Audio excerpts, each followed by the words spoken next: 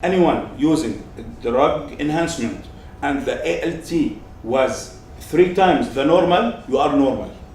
And the AST double the normal, you are normal.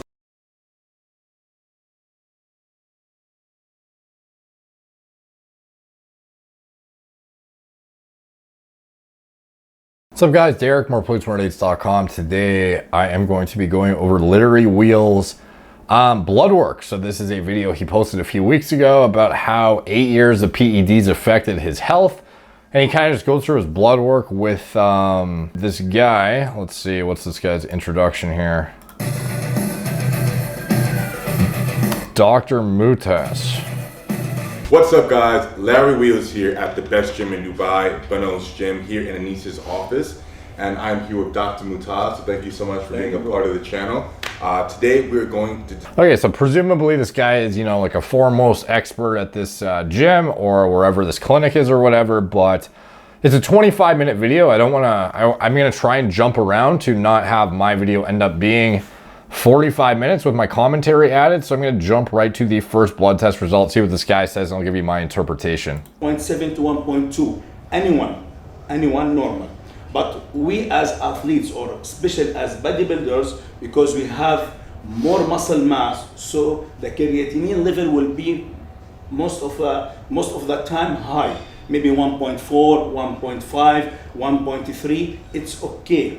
So how I can say my kidneys is good or normal or... Okay, so just a first note, if your creatinine is high, it's like, yeah, if you have a lot of muscle and you train hard, that can certainly play a significant impact on what your creatinine levels will be on your blood work results. However, I would not disregard a out of range high level as harmless simply because you're muscle bound at all. And it also depends, like, how close did you train to your blood work as well is also something that is often not taken into account. Some people will train hard the day before and then go in and have artificially elevated metabolic parameters, and they don't even understand why.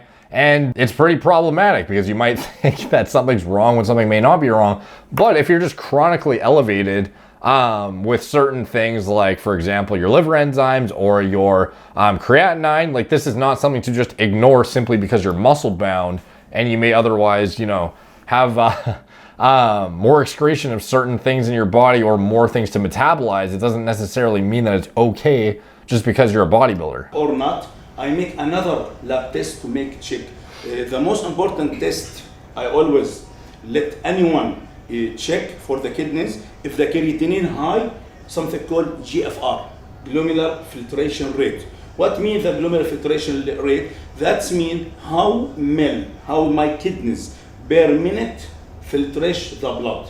The normal kidney should be at least 90 ml from the blood filter, the kidney filter the 90 ml of blod and return to the circulation. Okay, so estimated GFR is important to get, obviously, to assess kidney health and whatnot, but like, personally, I would not recommend calculating your eGFR based on your creatinine level. And this is, like, the guy literally just said, I don't really worry about the creatinine being high because you're a bodybuilder and blah, blah, blah. And it's like, creatinine is a byproduct of muscle metabolism that is freely filtered by the kidney. So you can have, an artificially elevated level as a bodybuilder, yeah, but above and beyond that, if you're using that as your way to calculate your eGFR, like, obviously, if you have larger than average muscle mass, it's going to play a significant impact on the ultimate eGFR rating you get on your lab test results. So it's not the most accurate way to assess it as a bodybuilder, in my opinion. I would rather see somebody getting a cystatin C to assess this. So as a bodybuilder, I would rather see somebody using a cystatin C to assess their glomerular filtration rate. I always have such a hard time saying that.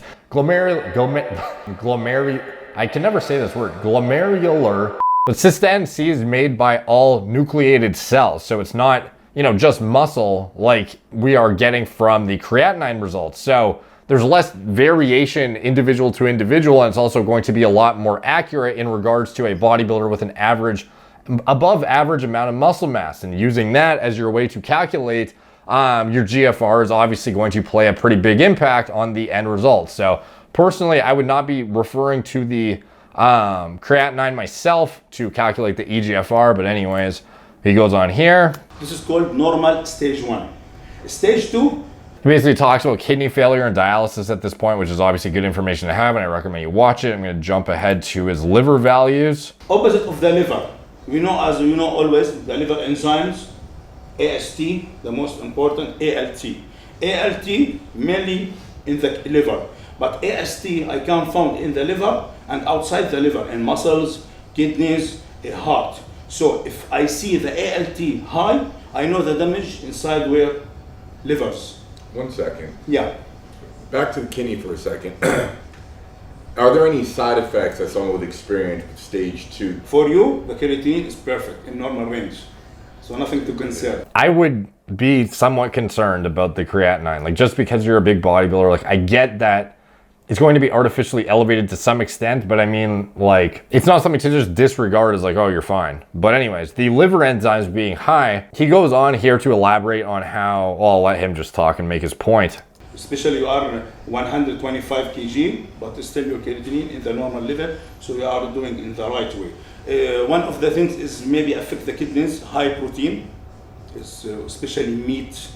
Is by the blood pressure. Most of these athletes have the creatinine high and GFR low, that have protein. Why protein plus blood versus blood pressure? Go through the hole, you know? That was a great way to explain it. High blood pressure will push the... Big deal. This is what the concern. So we can see this in the urine lab test. There is albumin inside the urine, protein. Wrong, it's getting very bad. Blood pressure high. Like I said, they're elaborating further on the kidney thing, but circling back to his liver enzymes being elevated, this is not something I would disregard, to be honest, especially like if you're chronically elevated, it's not just a sign of, oh, you know, you're training hard and you're a big jacked bodybuilder. It's like your liver has to metabolize sex hormones. It's not like they just get excreted, you know, freely with no stress whatsoever. So if you're constantly burdening your liver with super physiological amounts of androgens, and that's, you know, like athlete TRT too. Like, if we're talking about therapeutic replacement, it's a bit different, but typically guys like Larry Wheels are not going to be using, you know, 100 milligrams of enanthate every week. They're going to be using something like 200 to 300 as like a cruise, or they're like, you know, HRT, which is actually like generous HRT, or like Lobaliner HRT, which is like 250 to 300 milligrams of test with some Deca and some Anadrol. And it's like, obviously, like at the end of the day, if you have artificially elevated, or if you have literally, I don't know the way I said artificially, if you have actually elevated liver enzymes, like, this is not necessarily good. And there's guys who will develop even liver tumors without even having artificially elevated enzymes on a piece of paper, simply by stress chronically long term of not, you know, cycling off androgens and using certain synthetic anabolic agents long term, like trenbolone and whatnot. It's very stressful on the liver, despite, you know, a lot of people think, oh, the liver just regenerates itself, which it can. But if you're constantly burdening it, you're not giving it a chance to regenerate. If you're constantly going down to a cruise of like 250 to 300 milligrams of test, like, you're not really giving it a chance to recover the way it could otherwise if you actually went down to a therapeutic replacement amount or cycled off. I'm not saying you should do either or. I'm just saying that having this elevated AST and ALT is not something I would disregard either. And I'm going to try and find the party comments on this, because there's a lot of kidney remarks in this liver section. Let's just see what he says here. If I am stage 3, I cannot come back to stage 2. So this damage irreversible. Opposite of the liver. We know, as you know always, the liver enzymes, AST, the most important, ALT. ALT mainly in the liver, but AST I can found in the liver and outside the liver, in muscles, kidneys, heart. So if I see the ALT high, I know the damage inside where athletes have the creatinine test. There is albumin inside of the performance enhancement. The liver, for me, it's still critical, because liver is responsible for many things, also appetite, but the liver can recure, or let's say he treat himself, you know. If the liver damage and still from the liver working only 25%, the liver can be work and grow again. The only organ in your body can rebuild again the liver. That's true, but it's like if you're constantly burdening it with super physiological amounts of exogenous androgens, you're just not going to get that recovery. So a lot of people, they think, oh, I'm just gonna go down to a cruise and recover. And it's like, just because you're injecting it and it's not oral, it doesn't mean that your liver is stress-free right now. The only one. So the liver is no, and let's say it's always critical, but less, for me, less, let's say, concern for by the kidneys. Okay. Yeah, it's like, I guess it's less concerning than kidneys in terms of one can recover and one can't, but at the end of the day, it's not gonna recover if you're constantly burdening it still. So I would be very concerned about the liver enzyme results too. If he is, unless he's on like a hardcore blast right now, then that might be different, but I don't know what he's using right now. That would be good to know, but it didn't seem like he covered it in this video. I watched it through before a few weeks ago, and I'm trying to get back up to speed here without making you guys watch the whole thing. So I don't know. I don't think he is disclosed what he's using, but if he's on a blast, it's like, okay, like transiently having them increase, it's like, okay. But if it's like, if this is on a cruise or HRT, like this is very, very concerning. And I guess next up would be cholesterol. Yes. So anything that a user would notice if their cholesterol is high, is there any signs for high cholesterol? Actually, Nicole, my partner, just got tested and her cholesterol is high. Her bad cholesterol is high. Yet she doesn't have a particularly dirty diet. She doesn't take any performance. Nicole, not cholesterol, triglyceride. Yes, triglyceride. Triglyceride, high. Yeah. Cholesterol normal. As you know, the performance enhancement, or let's say the natural hormones our body produce, natural hormones, female or male. What's the main structure for the all hormones in your body? Cholesterol structures. So it's essential our body to produce the natural hormones, use the cholesterol. Especially cholesterol is naturally made by liver as a natural. So cholesterol, when using anything, or the, let's say your hormones is produced in your body, they use the cholesterol structure. So if the cholesterol is starting high, it will be a big issue, because especially if you have like history, you have something like heart attack, something related to the veins in your body, should be concerned. Especially if, let's say, anyone using performance enhancement, we don't look too much to cholesterol, we look always to LDL, HDL. LDL, low density lipoprotein, HDL, high density lipoprotein.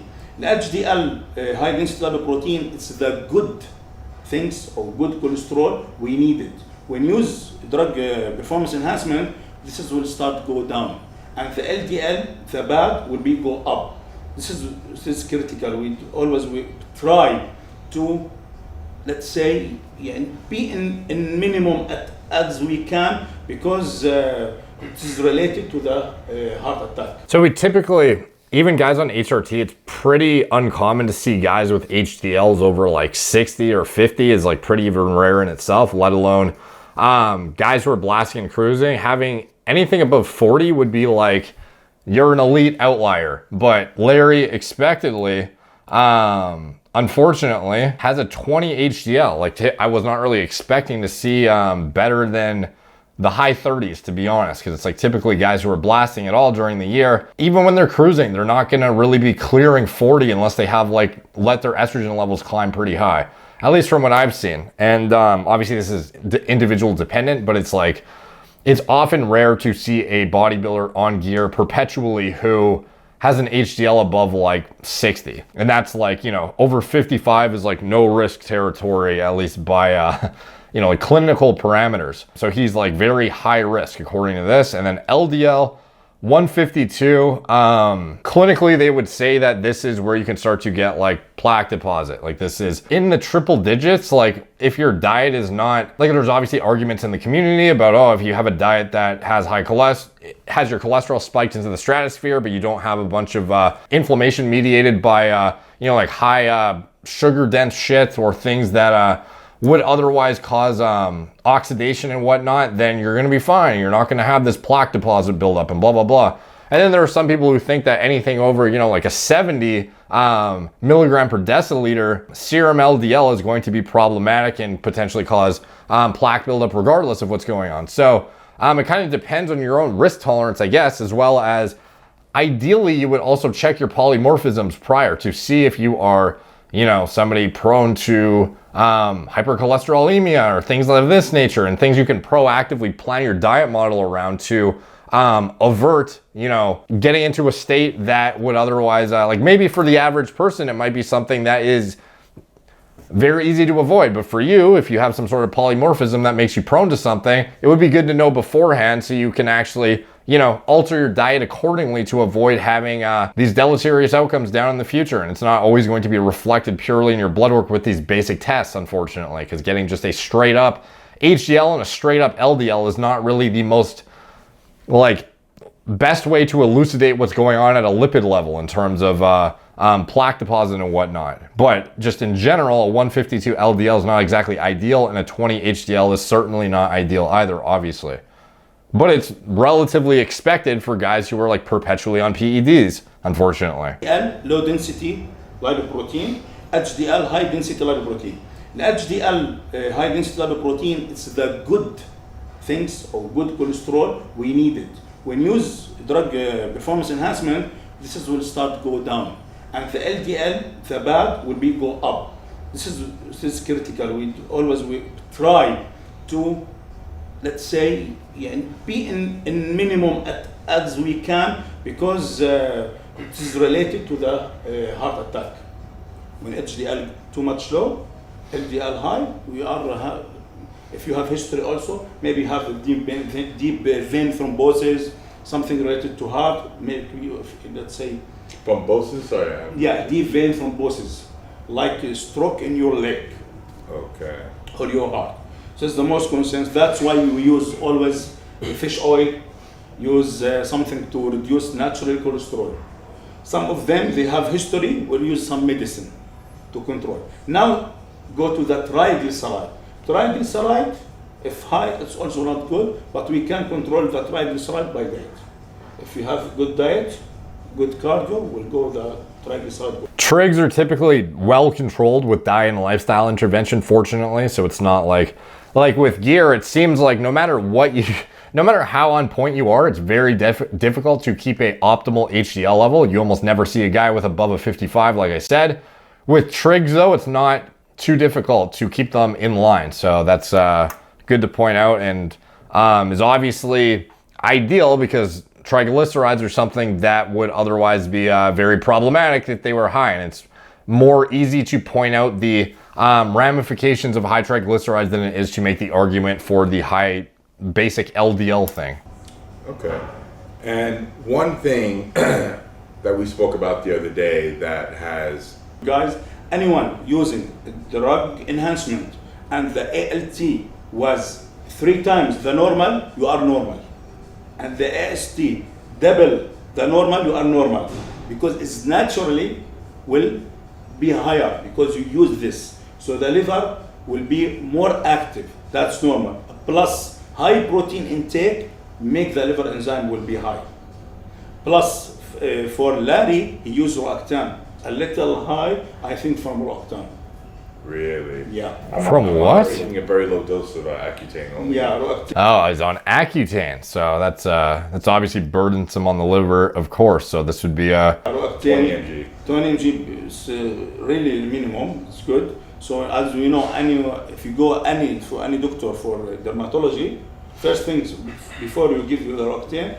Yeah, Accutane's rough on the liver, and obviously that could be skewing his results here. So it's entirely possible that his liver is would be fine otherwise on whatever he's using. So it's good to point out. Ask you the liver enzymes. Then we prescribe you this. This is why you should never combine oral steroids with Accutane, by the way, or drink medicine. So for you, and I think it's always normal. As you say, the hormones, we see the check LH, all shut down because utilizing hormone responsible for producing free test from the Leydig cell inside the testis and something called BSA. Holy shit. So his total testosterone here is undetectable because he didn't get a high sensitivity test. So he got electrochemiluminescence radioimmunoassay. So it wasn't even going to detect above 15 nanograms per milliliter. His SHBG is 2.2, which indicates heavy duty androgen exposure or a shit ton of insulin resistance. My assumption would be heavy duty androgen exposure. Like typically you're only gonna see a single digit when you're like using some heavy duty shit, like honestly. So, you know, this is, or just a high dose of test or a high dose of anything. So this is, you know, concerning and is something that could be a precursor to a myriad of issues, including, you know, being this androgen dominant is certainly not good for your cardiovascular profile, among many other things. And this is literally what regulates your androgenic activity in the body, what all of your free androgens would otherwise be bound up by this to get regulated as to how much gets to tissues and where. But when you don't have any SHBG, you essentially have no regulating mechanism for how much testosterone or DHT remains bound up and how much doesn't. So you basically just have like a fire hose of fucking hormones going off in your body, especially when you're injecting more than you can even detect on an ECLA blood test. You can just imagine the amount of free test and free DHT. So obviously here, his free test here, it says greater than 2.16. So presumably it's undetectable based on the range that their test goes up to, as well as it's also calculated through radioimmunoassay as well. Free androgen index greater than 2,365% with a high-end normal of 128. So this is like relative to your like you have a disproportionately high free DHT and free testosterone relative to your total, which is like, for muscle growth, having a high, disproportionately high free T, it's like, yeah, that's great. But in a health context, it's like your regulating mechanism is in the gutter. And you probably also may even hyper excrete testosterone to the point where you might need to be injecting on a more frequent basis to make sure you're not just pinning and then like hyper excreting the shit out of your body. So maintaining a more stable blood serum concentration of hormones too might be problematic if you're not pinning like every single fucking day with a SHBG of 2.2. Prostate specific antigen for the prostate cancer, because it's so important. Because if you are, when you get bigger in the age, more bigger, let's say reach the 40, the natural testosterone start going what? Down. What do we have the concern for the prostate? Prostate, yeah. Yes, we have something called hyperplasia for prostate. This is natural thing. So my recommendation, anyone reach 40 and above, go and do free testosterone, total testosterone, and something called PSA, prostate specific antigen for the prostate cancer. Because this is so important. Because if you are 40 and decide to use any kind of testosterone therapy. Okay, so he pretty much shows the hormone profile there with the testosterone, the free testosterone, and the SHBG, but doesn't really touch on those because he's talking about prostate health right now. And those weren't even calculated, so we have no idea how high his test levels actually are to kind of reflect how much he's actually using. So it's kind of hard to make a comment on that, but just as far as the androgen dominant profile, it's like, yeah, if you're using exogenous steroids, like obviously you're gonna be androgen dominant, but I mean like a 2.2 SHBG is like I'd be concerned. I'd be like clearing out and going on like an HCG monotherapy run or something just to like try and bring that back up into at least like low end normal. Like 2.2 is fucking rough, dude. So I don't know, like presumably this guy has experts helping him, and I'm sure he's like relatively careful to some extent. Like he is one of the biggest names in this industry as far as powerlifting goes. I guess he's like probably one of the biggest for sure. And he has guys who would advise him that would probably know better than me. But I mean, just interpreting this blood work for me, some of this stuff is kind of just like glossed over as, oh yeah, it's like normal for a bodybuilder. But it's like, yeah, having like a 2 SHBG is, it's normal for guys who are abusing gear, but it doesn't mean it's necessarily healthy. So some of the stuff I'd probably circle back to and try to address, you know? So take from that what you will. Let me know what you guys think in the comments down below. Do you think this blood work is acceptable for long-term living? Like, is it sustainable? If not, what do you think you should do? Like, if it were me personally, like, depending on if he's on TRT or not, if this was just your normal, if you weren't on TRT, it's like, okay, I understand. But if you were to go down to TRT at a therapeutic level and this was still the blood work, like I would be, you know, circling back and trying to readjust the plan here. And yeah, that's just my interpretation based on the limited stuff here. Like it's not like there's a whole elaborate panel of things to look at. This is very basic markers. We have some endocrine markers. We have some metabolic markers. We have lipid profile, etc. That's pretty much it. So that's my interpretation of what I saw. Let me know what you guys think in the comments down below. Any and all comments are appreciated as they help the algorithm. Please like, subscribe, follow me on Instagram at @moreplates_more_dates, Facebook, Snapchat, BitChute, Twitter, TikTok, Apple Podcast. If you want to get your blood work interpreted and address any imbalances or deficiencies you may have, you can check out my TRT clinic. It's linked in the description below. It's all telemedicine from the comfort of your own home. And anything else I am associated with, Gorilla Mind Nootropics and pre-workout formulas, and anything else in the video description I am associated with that you can check out too. So thank you guys for watching. Talk to you soon.